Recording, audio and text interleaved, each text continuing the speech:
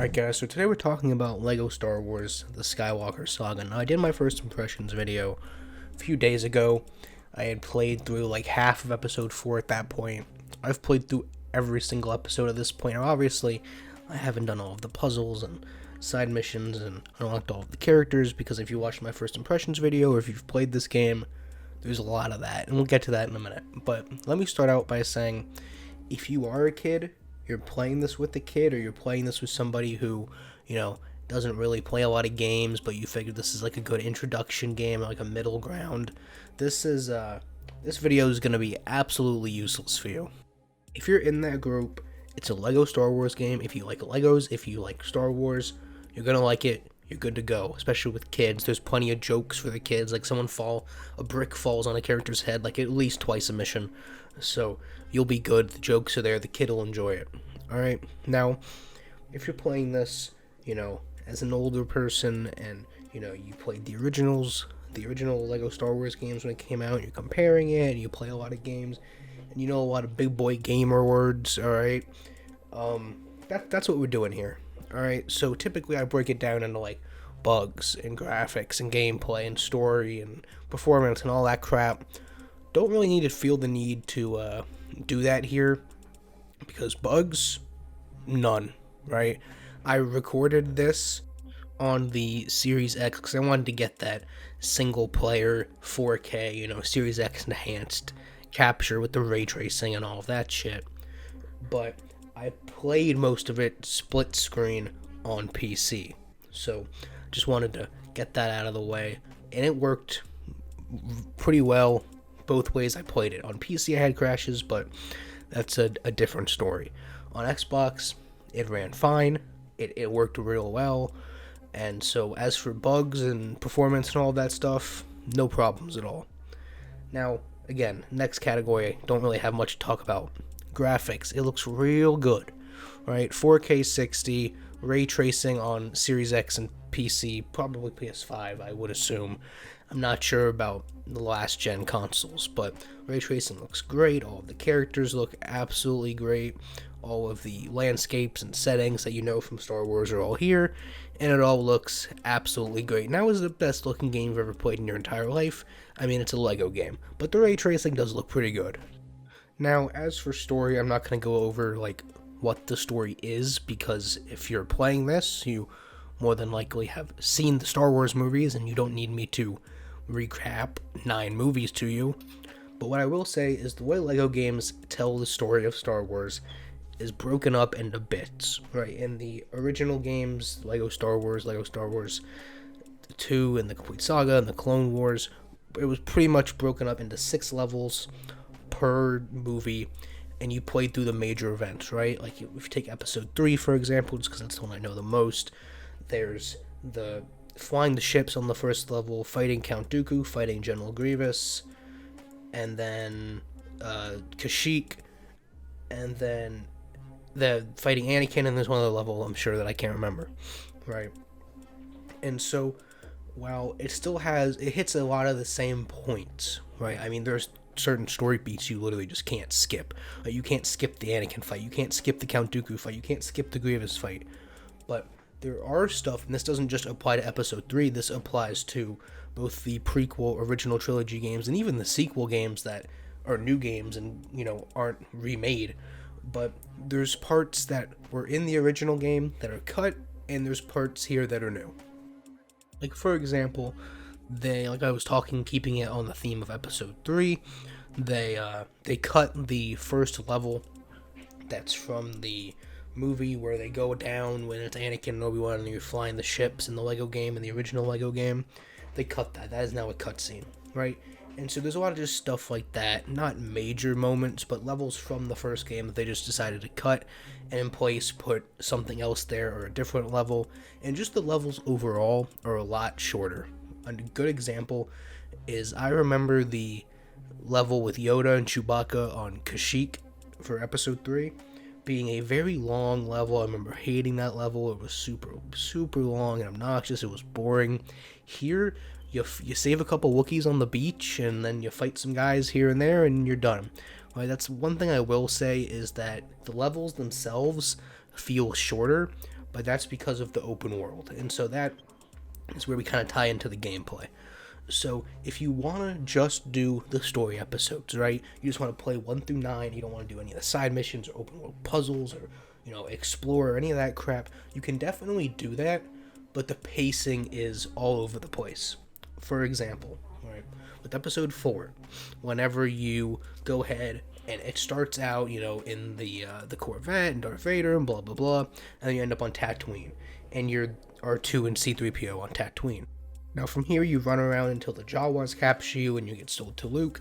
Then as Luke you run around and the Tuskens invade you, and then you go to Ben Kenobi, and then from Ben Kenobi's you go to Mos Espa, and none of these are really missions, right? You do all of that, you meet Han in the canteen, and then from there, once you meet Han, then you enter a mission, right? And so all that stuff I just described was in their open world area.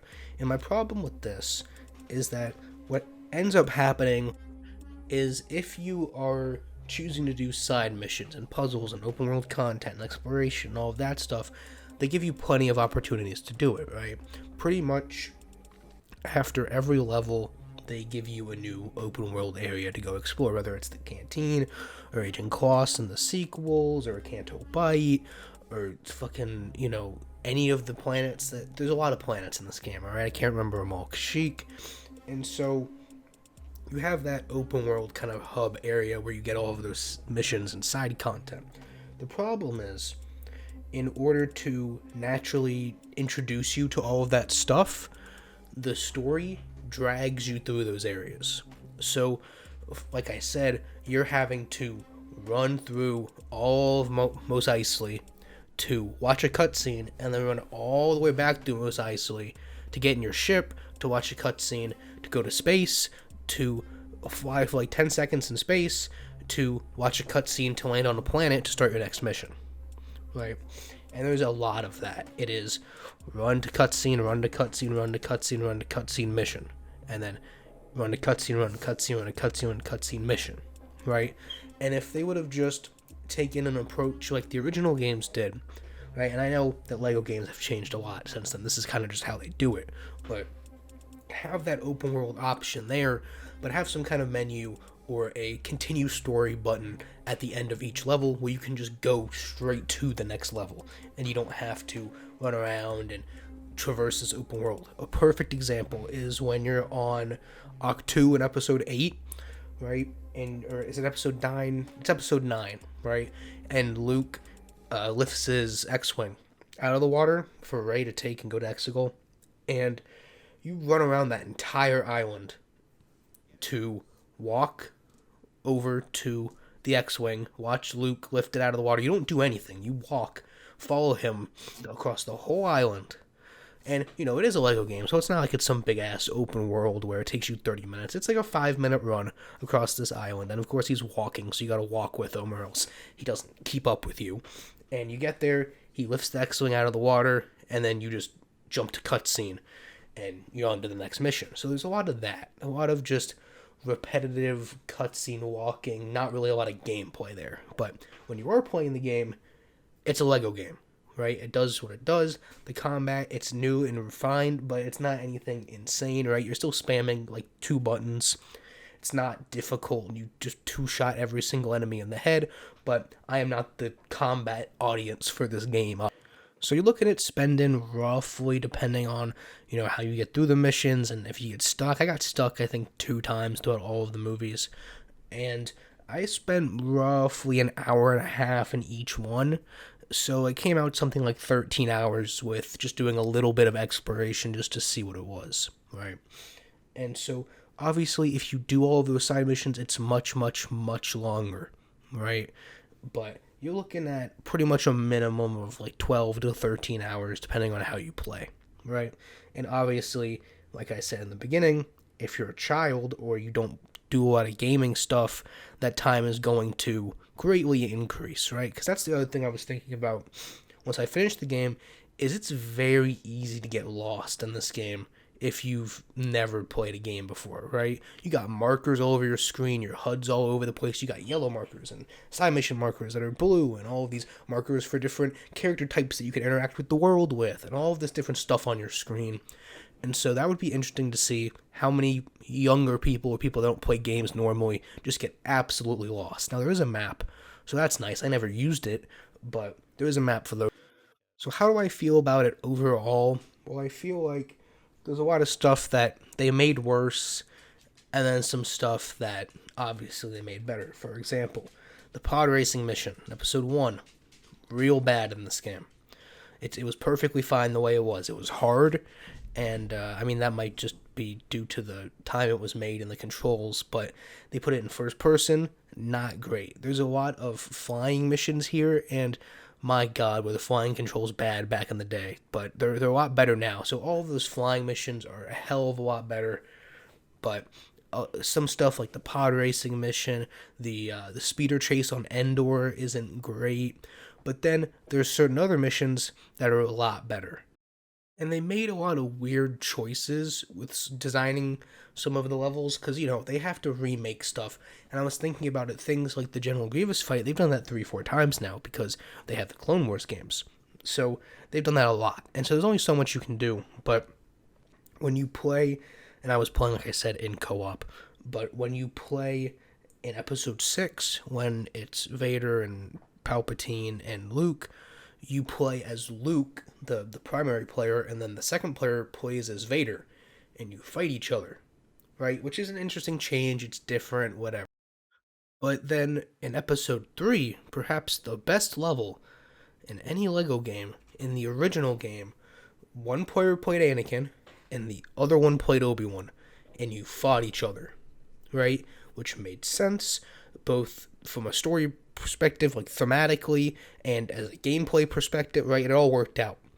But here, one player, the primary player, plays Obi-Wan and fights Anakin, and the other one is fucking R2-D2.